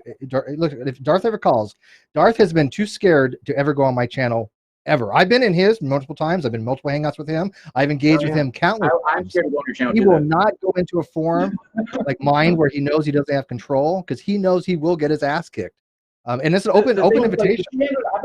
What's amazing is I think That's why he won't go on NonSec. I'm less informed because I spend a lot of my time and energy doing stuff behind the scenes for the atheist community. By the way, he's the president of the ATA. Yes. Oh, thank you. I'm looking quite presidential today. So, especially with the bow. Yeah. Commander in Chief. It's a tradition. Every president of the atheist community, but now Who has hair has a bow. Yeah. Who has hair? Shots fired. I'm sure they'll get mad in here sooner or later. But you handled it really, like, I've seen Darth in a lot of different debates, and you handled it in a way where you were like not going to let him get you angry, which is hard to do with him. Where did that come from? Prayer? Serenity now. No, Serenity now. If I was waiting to receive patience from on high, I would have none. But zing at God. Controversial on anywhere except here. But no, your delivery is dead on too, by the way. Thank you. Fantastic. You know, I think my ego is the thing that I most enjoy being stroked. It's somewhere up. It's in the top 5 at least. Let's take a turn. No, it's not him. It's just, yeah, it is kind of. So, chemistry. It's the Oxford comma. Well, yes, indeed. It's a explosive volcano of chemistry from a 3rd grade science fair. Are we still talking about Darth Dawkins? No, I thought we were talking about our chemistry. But what you were asking me was how I found the patience to remain on the phone with him as I do. And I think that it was. I do my best, because I get this question sometimes where it's, how do you stand it? How do you stay on the phone so long? Yeah. What do you do? Do you take like a fistful of Xanax ahead of time? What's going on? That was my guess. Is there, incorrect actually, although, you're in good company as far as that goes. Shots fired. I do everything I can to not just say, I'm actually just really patient and want to see where this goes, but I'm kind of really patient and just want to see where this goes in terms of life and everything. So aside from Talk Heathen, since you're the president of the ACA, what does that entail? What do you do? So the position of president of the atheist community of Austin, particularly as described in the bylaws thereof, is kind of a combination of chair of the board of directors and executive director, which means that I am on the board of a nonprofit and therefore can't be paid by it, but I'm also responsible for running the day-to-day. So it means that if I have the time and energy and initiative, and the excellent community and volunteers who I would thank by name if I could memorize that many names, and who I would shower praises on sufficiently if I was able to sufficiently shower praises upon. So polished. Such a polished. Oh, thank you. Vote Jamie for whatever the fuck, whenever. It means that I get to kind of be at the helm of the ship and build a local community that, luckily, before I was there for about 20 years, they built up a very, very large megaphone that I'm looking forward to using. So I can, the library is open 7 days a week. If you're ever in Austin, Texas, 1507 West Koenig Lane. It's open from 11 a.m. to 9 p.m. every day. If you like my show, Eric is there. I'll probably be there. Any day of the week, our producer Mark will be there, and there's always people there. On Sunday, there's 3 live premieres. Every other Wednesday, and then every Thursday, every Friday, every Saturday, and every Sunday, there's a live premiere of a show. It basically means that, I'm growing. Yeah, we're growing, right? I avoided getting into the specifics of, yes, and actually I'm responsible for setting board meetings, and when this happens, and if there's an emergency, I can spend money to make sure the building doesn't burn down, because I don't think people are necessarily looking for me to talk about law and procedure, although I will for hours at a time. Right. But, there's a bunch of friends in the room that I'd like to keep, so I won't do that. What they want to know about if there's any collusion between me and the Russians. And the Russians. Emails. Russian bids. I was going to say, Russian bids. There's a link. If you make the trek back to Talk Heathen Season 1, it's actually, oh my God, I think it's the first episode, because we didn't have a caller initially. We were talking about I don't know what, and then surprisingly, because there's no leash or guidance, I sidled into about Russia and foreign policy. And no, I like before me, have very strong feelings about the Russia is going on. Well, wow, you said what they want to know is no collusion, which is clearly a joke, and then I gave you a very, very long, almost non. 3 hours later. You got me to my course, sir. You didn't say it was very complex. Nothing was complex. It was just long and boring. I will. So it was kind of. I will make you feel better though about worse than that. The rant that you did about Russians. Our second live stream, I forgot my co-host's name. Wow, that's terrible. I've always remembered Eric's name. It's Eric. Yeah, you're the only one that's. I'm Kyle, and I'm joined by. He's just through blank. But you remember now. The worst thing is, Steve did not help me. He just. And so I will admit. I was like, I forget my own name every so often. Real confessions, be honest, blah, blah, blah. There's some moral in there that we're promoting. But I will now, because I don't know. What are you drinking? I know that I'm not going to cry on my show, so I have to see the next best thing. What are you drinking? I'm going to pitch a fit. I'm going to pitch a fit. In a way that's entertaining and makes for good television? Always. Okay, well. Jamie, what are you drinking? Do it right. The phone number to call into any of the live shows for the atheist community of Austin, which again premiere Thursday and Friday and Saturday and Sunday every week, is 512-686-0279. Call in if you are passionate about pineapple on pizza. If you're more able to defend the position that the Oxford comma is necessary than I have, because I'm a terrible. That's what I want to hear. That's what I want to hear. I've had a few more beers, and you'll forget your own name there, Jamie. Trust me. But so you are going to let. It's not. So you're. It's a Zima. Wait, I want to know, because I can get word to Darth. Will you allow Darth to call in to the show on a special occasion if Kyle's on, or you just ban him out? No. I can't unilaterally make that call. So as far as our show goes, Eric and I, as a team, a partnership, and you guys make a great couple, by the way. Yes. Why did I open my mouth? Fluttering around or whatever. Whatever. My so I will talk with him, but all right. We got to make that happen. No harm if he tries. I know that's okay. I know how to beat Darth. Oh yeah, no. Well, I mean, shots fired. Those are real shots fired. Hey, Darth Dawkins. No, I tell you what. I'm confident now. Darth Dawkins, call in, because I'm coming at you with Pine Creek's argument. with Doug's argument. Ching. So call in. It just hit me. I don't have a meeting. There's one person that's been able to Do you have a break him down. defeater for the Christian worldview? Yes. Oh my God. But how, You how have to great would remember- it be if Darth Dawkins was actually just in the room when we went, Oh Actually, yeah, God, dude, I would fly down right now for that. I would come down this second. I'll start walking if that was to happen. You got to remember, Darth Dawkins. I shit you not. This is a true story. Darth Dawkins once promoted argument from consequence as an actual legitimate argument. He actually says that is a argument from consequence. There's a fallacy. Darth Dawkins does not agree it's a fallacy. He thinks that's an actual legitimate argument. That tells you how incompetent he is. Darwin's deity. oh, your argument from consequence, because then there would be no sensible worldview. Yeah, I think that's a pretty clear way of stating that. Oh, but then you wouldn't have a sensible worldview collapses. Give me Red King or G-Man. Give you so okay. Well, I don't have their beeper numbers. You don't send a I'm kidding. If, oh my God, if I could just find callers and tell them, listen, you call into my show right there. I mean, we would have there would be some debate about whether we would get the current president of the United States to call in. There would be everyone that you could ever imagine. Would he probably would, dude? I could. You know what? I literally could see that happening. Trump don't give a fuck. He'll call. Yeah, let's make that happen. Hey, Trump, call to either. I would watch. It's an open line. The Yeah. ACA is 1C3 nonprofit, and so takes no position on any electioneering. And we are not telling you how to vote or who to vote for. I'm going to FOIA your text message I am. to see if you message your producer, be like, make sure that Dawkins is held over for. Does that mean that you're going to try and find some way of getting into my phone, Yes. which I store in my hotel room?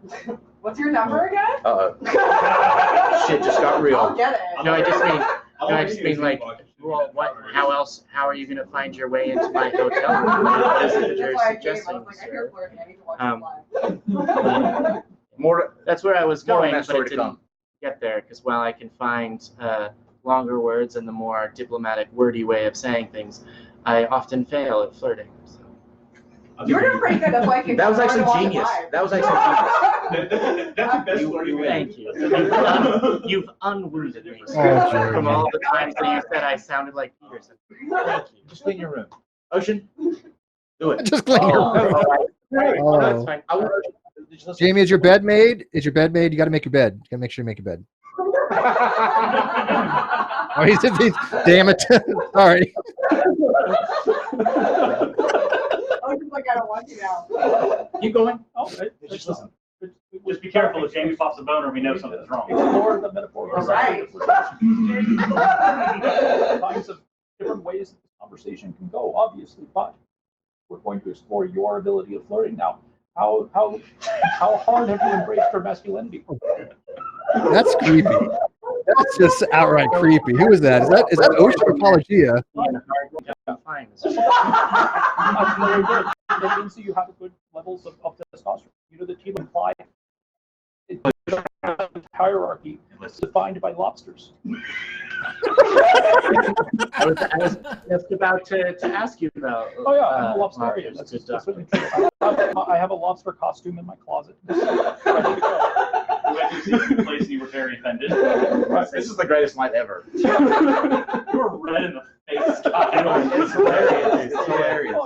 You know, I'm a little drunk. well, we have to think about it. There's a large mythology involving lobsters and their hierarchy, and that it applies to your masculinity very well. I see. You've turned red like a lobster, and it's beautiful. I told you to clean your room. What? Clean your room. In with the clean your Oh room. yes, and it will help you. It will aid you in the lifelong pursuit of having a clean goddamn.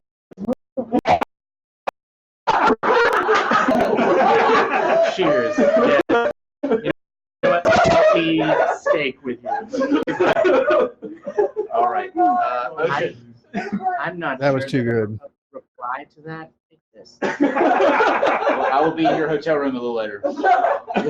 I will hold you to that. There will be Thank you for some having me on. involved, yes. Absolutely. Yes, Yes, yes, yes. Come on. Go without God. All right. Everyone, Doing this thing. want Darth All right. Dawkins? Let me know. I'll take you. You want me to sit? We can do that. Yeah, smash on in. Oh, yeah. You can come in. Smash on in. Go ahead. Here we go. This is, Huh? oh God, that's a horrible feeling. I don't want to take another one of your beer. No, I don't care. Are you sure? Yeah. I'll get it. I'll get it back to you. No, I don't worry. Sure.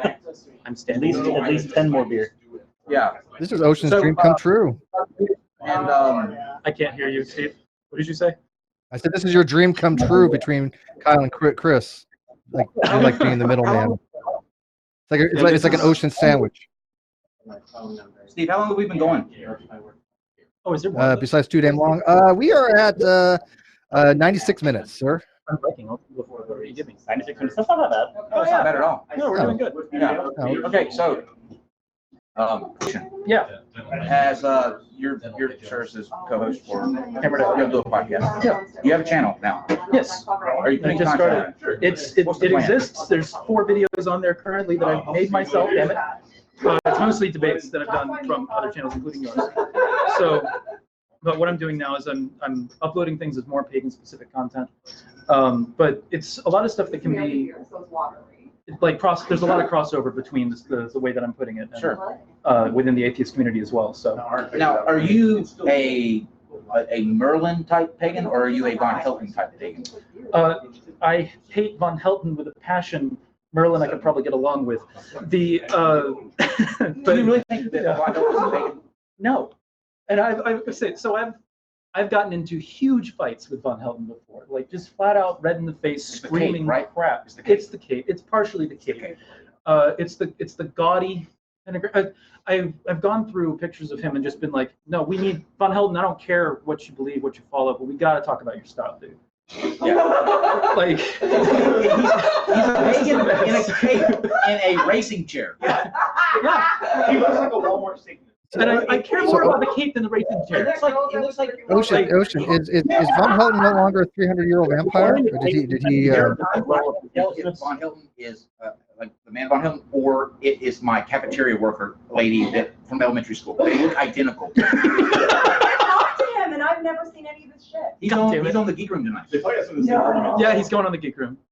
Oh, really? I posted something along the lines of like, why? He's right. Hey, It's because I roasted him on the take Rand Campbell and imagine Rand Campbell running and punching up one of those Mario boxes, then the star comes out. And Rand grabs the star. And he comes running. You were asking what's next. You were asking. So, Shannon had a conversation with Von Helton. They've talked. so what? I don't know if They have Shannon has to. Shannon talked to Von Helton. No, Shannon had a let's talk about Q. Let's talk about you with Shannon Q on my channel with Von Helton. No, I didn't. Yeah, you did, didn't You're you? wrong. No, she didn't. You tried to arrange it. It never happened. It never happened. Oh, you're right. Oh, that's right. It got shut down. Okay, you're right. Who would remember it Bad. happened? There is no way Yeah, that Shannon. okay. Well, hang on. No, in my timeline before the Mandela effect kick in, that happened. This is a different quantum reality. He's wrong about something. People say like We have proven Steve wrong on air. Take note. you seem to love Shannon, yet you do this. Why do I remember something that didn't happen? I'm confused. And I'm the sober one here.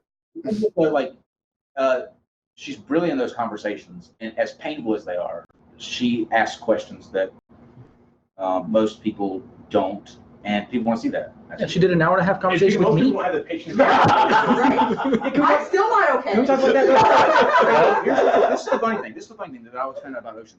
Okay, we think that Christians are kooky because they have a belief in that deity or whatever.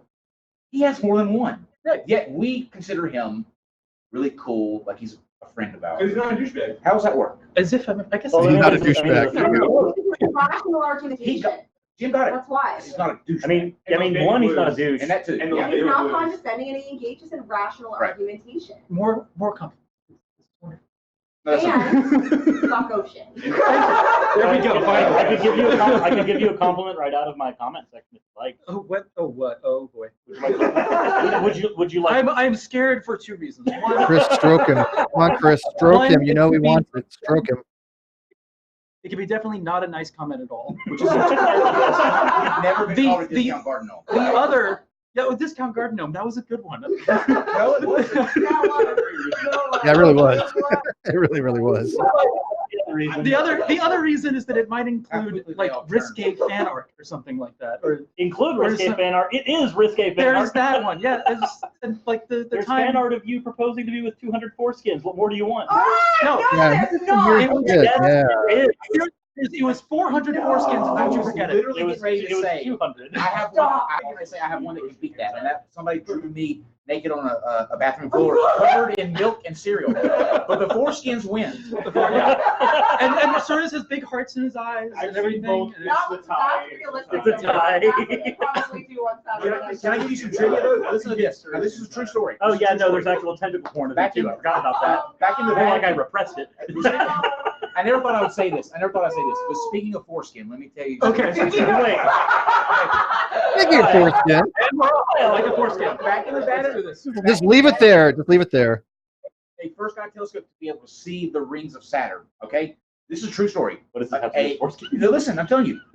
Oh, it has everything to do with foreskin. A Vatican of like official or whatever looked at that and then declared that the rings around Saturn was the ascended foreskin of Jesus. And Fuck off right now. Google it. Stop it. Google it. Google it. That was- Stop it, Kyle. Stop it. I I fully will not endorse. Google Saturn foreskin. I fully endorse this theology. Paul, Google it. Tell me. As long as you don't add, it will be safe as long as you don't add Chan anywhere in the title. You'll be fine. You have to think I'm actually going to type Saturn foreskin into my goddamn Google. Oh, Yes, you do. Oh. And you want the ads that will come from there. That's I want the algorithm to know that that's the shit I Okay, do. okay, let Paul. Saturn foreskin. Let Paul, yes. Paul, No, Paul, no, Let's see what Vatican happens. foreskin. No, wait, no, that's definitely wrong. Vatican foreskin, no. Yeah, it's called the Holy Prefuse. Yes, yes. Stop your It's fucking called the lies. Holy No, Prefuse. it's and true. It is, it's absolutely a thing. It's on Wikipedia. That's So a thing. Jim's See? leaving. Jim's gone. He's done. Stop it. Okay. How I'm big sorry is that I'm making a video on this now. This hits all the nails on the head. This is what's going on where it hovers around the Blue, planet. Saturn foreskin. Does it hit all the nails on the head that one video I sent you does? No, it does not. I don't know where the thing is. Yeah, but there it is. There's I looked at- Jesus' foreskin.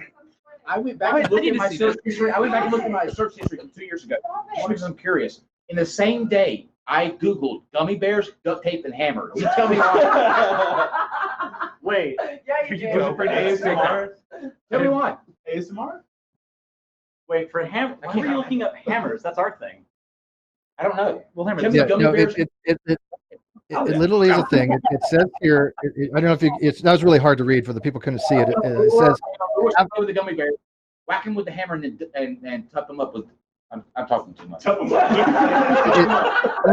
they couldn't see what you were showing, so let me read what it says. It says, after being lost for almost 1,500 years, Christ's foreskin, known as the Holy Prefuse, was discovered in the small Roman town of Calcutta, disproving a theory by the 17th century theologian Leo Oates that it ascended into heaven to become the rings of Saturn. So they actually disproved that there was the rings of Saturn by claiming they discovered Christ's foreskin in a small Roman town. Thor is not circumcised. They don't really care. So you're Shit. saying you haven't There's definitely not a 5-page legend. You cannot about make this shit up. Take a look. about Just Jesus. inspect this hammer real quick. You'll be fine. But Are you guys doing? Oh, I would call it the Thor. That's Jesus' foreskin. Wow. But really, the The like. Holy Prepus. Yes, the Holy Prepus. Okay. It was just a blur. I can see Jesus being circumcised, but Thor, like, I don't see anybody having the balls to cut his stuff off. Like if He did it himself. He did it himself with a hammer. Where am I? What is happening? This is what happens when you hang out with atheists. People laughing. It's fine. It's fine. Yeah. I'm actually starting to question my life. Yeah. Ocean believes Thor, but the Holy Prepus of the rings of Saturn, that's too far. Thor and Odin. I know Talking about Jesus. Jesus' foreskin being the rings of Saturn. I would have left out that window. There's the Gideon Bible, and there's the Book of Mormon. I'm gonna have to confiscate those. So, Not those ones. I'll get I have to those. appreciate the Ocean, do you have any final thoughts for the audience as we come to a close? This was a mistake. This is a terrible way, but yes. Because we're talking Terrible, about Saturn terrible before. mistake. There. Everyone realizes that. It was all fun until the foreskin. Hey, but Kyle did Dallas. Kyle did Dallas. Kyle did All of Dallas. Did you not see my thumbnail for this? I saw your. You remember how the movie that movie ended? Yeah. So. How was the doing of Dallas? Did you see the thumbnail for it? I have not yet, but It has wonderful knockers. It's my most. You should change that. I would assume too much cleavage, man. I would assume Dougie's Too much. Jesus. too much. You should use the picture Paul shows you. Change it. I should. What are you going to show me? Jesus foreskin. I love how like I came in first watching Rachel Oates one. Yes. Yes. Kyle has some wonderful cleavage. Does anybody in the room have any 8 out of foreskin with motorboat. parting words for here? What are we doing? Oh yeah, we're putting that camera. No, I'm afraid. I don't. Shannon, you've been on camera multiple times. You're okay. No, I'm not afraid to be on camera. Shannon, point to yourself. How does? Paul, I tell you what. Listen, we're going to go around and we're going to say the one thing that we are happy about the most about everybody being together. I just got recognized in an elevator by somebody I've never met in my life who. Okay, Diva, slow down. I'm kidding. I will fucking bite you. Sorry, Michael. I just got recognized in an elevator by somebody I've never met in my life for the first time. Who said that they subscribed to my channel and that they were really excited to see me and that it meant something to them. And that was really cool. So I took time to chat with them in the hallway because that's awesome. Like, Yeah. they take time out of their day to watch me, and they took time out of their life to come here and see us. Mm-hmm. That's important. Like, that matters. That's Absolutely. why we all do this. So that's what I'm looking forward to tomorrow, is talking to all those people who took a day and paid for tickets to come and talk to us because it means something to them. Because I was them and still am. Absolutely. I am him. I do it for the abuse that I get from Smitty. Me. Paul? I love all you guys like brothers with benefits. Brothers? I like what you did there. But this is my favorite. Oh God. Listen, buckle down the cute. You have to warn people before you get that cute. Okay, they're not ready. Demonetized. You're next, Kyle. You're fine. Yeah. Oh. We gotta go. I didn't come here to see that. No, it's just really great just to be able to see everybody that I've started building these relationships with online, and just being able to, see them face to face and just get to know a whole new dimension of their personality, and just be able to connect with them in a whole new way, and just knowing that whenever we leave here, that we're going to have even stronger connections than we did before. It's Hell really yeah. great. Now, did you drive or did your mustache? Half and half. Hell yes. Mr. Prophet of Zod. What's the question again? I forgot. Just say something. What, Thankful for. yeah. What do you like? What do you like about being here the most? Are you as thankful to the Lord Jesus Christ as I am? Yeah, it was nice to meet everybody, but I'm most thankful to learn that they thought Saturn was Jesus' foreskin. Hell yes. That's why I love this band. There's a video of That's what I'll remember in the long run. By the way, the biggest mystery of all is when you have a face like that, why do you hide it with static? Isn't it pretty? Yes. Looks like you just walked off of a set of a soap opera. You want me to show the sacred mask on the show? Yes. Yes. I will get the sacred mask. Yes! I would like Oh wow. period in general. It's the holy. Well, you guys in for a treat. The sacred mask. Shut your face. Is that really what it is? That. So this is. Oh, you chroma Oh key it. my god. Yeah. Yes, he chroma keys it. And I even Wow. actually made a hole so I won't be totally blind. Now head bob. So what was it? Let me ask you this. Why did you decide on that costume? Like, what was it about the why did you go with the static face? Because I stumbled into YouTube like an idiot and it just seemed fun, so I did it. And then I got stuck with it. It sounds like most of our. Yeah, that's Yeah. I wanted to do a Rorschach face, but you couldn't really follow it, and static just blinks wherever you're at, so you don't have to worry about where it's positioned. So It really turned out cool, I think. And the thing I like about it the most is the North Face jacket. I think that's a sweet touch to it. I even went and found one of my, when I roasted you, I drew a face like with crayon that was like all staticky when we did the geek room roast. And I went through all my old shit until I could find a jacket that like zipped up. I just say that during that roast, the one between you two was almost uncomfortable because of how freaking polite you were. Both of you. See, Canadians can't roast. Come on, this is a deficit they have. It's against their laws, and I think in a couple of provinces. You're supposed to make people question your friendship. Everybody else was like, there's a picture, and I hope people still have it, because I saw a picture this week of the Prophet Ozad did. Did you see the makeshift stack face? Oh, it was awesome. no, where was it? Where did you put that? It was on the speakers chat. Go back and look. You will piss yourself. You'll piss yourself watching. Like, airport pickup chat, like that one. You're on Zod's bed, by the way, so don't piss yourself. Actually. Well, it'll be. Sirs, small, so what's your answer? No, it's in the Twitter. Yes. Oh. Yes. Okay. Yes. I agree. That's deep, man. This was Profound. who said that. Very profound. Words to live by. Yeah. Yeah. Yeah, but he posted this like What's up? how he would do in real life static I face. probably do have a better Yes, answer. I remember. All right, I do maybe a better answer. I bounce between whether or not I'm happy with my life choices, knowing who I associate with, and then being incredibly happy with it, and it's an everyday dilemma. You're lying. No, I'm not. Look at you. That's what I say. Ocean. I am really happy with like being able to meet all these people that I've like. It's very similar to Jim's position that like I've been building these relationships with these people online for so long, and now like you're not avatars anymore. Right. You're real fucking people, and it's crazy. We're not convinced of that.